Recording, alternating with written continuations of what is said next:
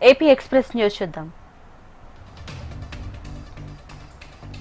ఏపీలో ఆగస్టు 15 నుంచి అమలు చేయబోతున్న స్త్రీ శక్తి పథకానికి అన్ని ఏర్పాట్లు పూర్తి చేసినట్లు ఆర్టీసీ రీజనల్ మేనేజర్ సత్యనారాయణ తెలిపారు. ప్రకాశం జిల్లా పొదిలి ఆర్టీసీ బస్టాండ్ను ఆయన ఆకస్మికంగా తనిఖీ చేశారు. బస్సుల కండిషన్ మెరుగుపరచడంపై అలాగే టాయిలెట్స్ శుభ్రతపై ప్రత్యేక దృష్టి పెట్టనున్నట్లు ఆయన తెలిపారు. 70% ఉన్న ప్రస్తుత ఓఆర్ ఆగస్టు 15 నుంచి 90%కి పెరగొచ్చని అంచనా వేస్తున్నట్లు పేర్కొన్నారు. ఇక ఆగస్టు 15 నుంచి ప్రతి మహిళకు 0 టికెట్ ఇవ్వడం జరుగుతుందని, ఉచిత ప్రయాణానికి ఏదైనా గుర్తింపు కార్డు ఉంటే సరిపోతుందని సత్యనారాయణ స్పష్టం చేశారు.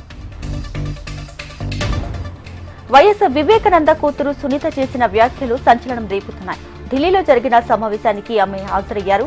గత 2 రోజులుగా పులివెందులలో జరిగిన ఘటనలు చూస్తుంటే నాన్న హత్య గుర్తుకు వస్తుందన్నారు సునీత. పులివెందులలో జరుగుతున్న ఘర్షణలో ఇండిపెండెంట్ అభ్యర్థి సురేష్ పై జరిగిన దాడి గురించి ఆమె అనుమానాలు వ్యక్తం చేశారు. సమావేశంలో వివేకానంద హత్య కేసు, ప్రస్తుతం జరుగుతున్న ఎన్నికలకు సంబంధించి పలు అంశాలు ఆమె మాట్లాడారు.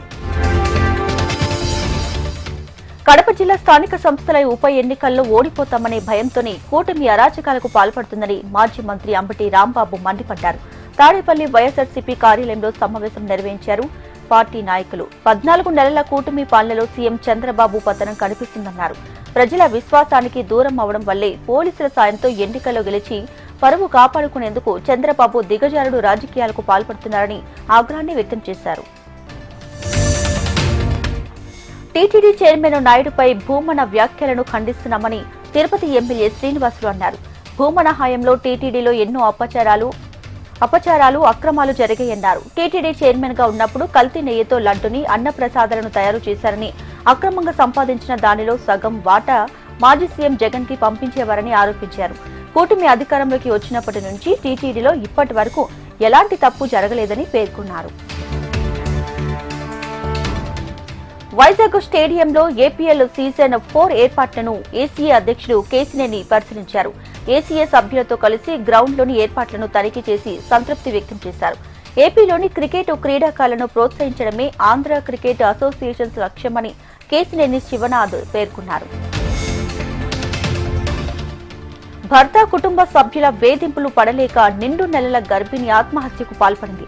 అనంతపురం జిల్లా గుంతకల్లో బీఆర్కు పనిచేస్తున్న మహమ్మద్ వలీ భార్య అయిన షేక్ షమీభాను పురుగుల మందు తాగి మృతి చెందింది.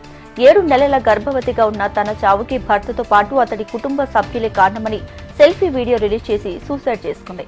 గతంలో పోలీసులకు ఫిర్యాదు చేసినా పట్టించుకోలేదంటూ తాను చనిపోయిన తర్వాత అయినా న్యాయం చేయమని సెల్ఫీ వీడియోలో కోరిందామె. అరుదైన అడవి జంతువు జనవాసలోకి రావడంతో గందరగోళ వాతావరణం ఏర్పడింది. ఎర్రగొండపాలెం మండలం అమ్మనిగూడిపాడులో ఓ వివాహ వేడుకలో అడవి జంతువు వచ్చింది. దీంతో గ్రామంలోని స్థానికులు డిప్యూటీ రేంజర్ కు సమాచారం ఇచ్చారు. డిఎఫ్ఓ సందీప్, రేంజర్ నరసింహారావు వెంటనే అక్కడికి చేరుకున్నారు. జంతువుని బంధించి ఉన్నతాధికారులకు ఆదేశాల మేరకు నల్లమల అటవీ ప్రాంతంలో వదిలేసినట్లు అధికారులు తెలిపారు.